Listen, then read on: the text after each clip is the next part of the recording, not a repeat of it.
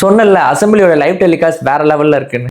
இன்னைக்கு அசம்பிளியில் நடந்த ஒரு 5 இன்ட்ரெஸ்டிங்கான நியூஸை பத்தி தான் பார்க்க போறோம். ஃபர்ஸ்ட், டிஎம்கே எம்எல்ஏ வந்து சாமி அமைச்சர்னு சொன்னதும் விஜயனா இன்னைக்கு வாய் விட்டு சிரிச்சிட்டாரு. சாமி அமைச்சர், இந்து சாமி அமைச்சர்.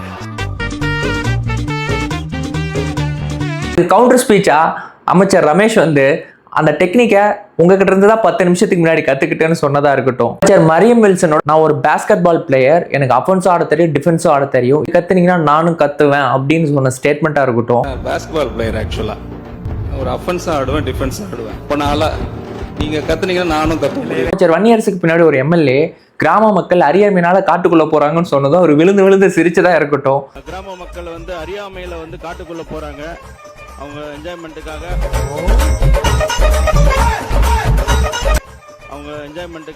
அதுல சில பாதிக்கிறாங்க, அது தவிர்க்கணும் என்பதை இந்த நேரத்தில் தெரிவிச்சுக்கிறேன். சிஎம் விஜயனா சபைக்குள்ள வந்ததும் எல்லாத்துக்கும் ஒரு வணக்கம் வச்சாரு. ஆப்போசிட்ல இருக்க டிஎம்கே ஏடிஎம்கே பார்ட்டிஸ்க்கும் எல்லாத்துக்குமே ஒரு வணக்கம் வச்சாரு.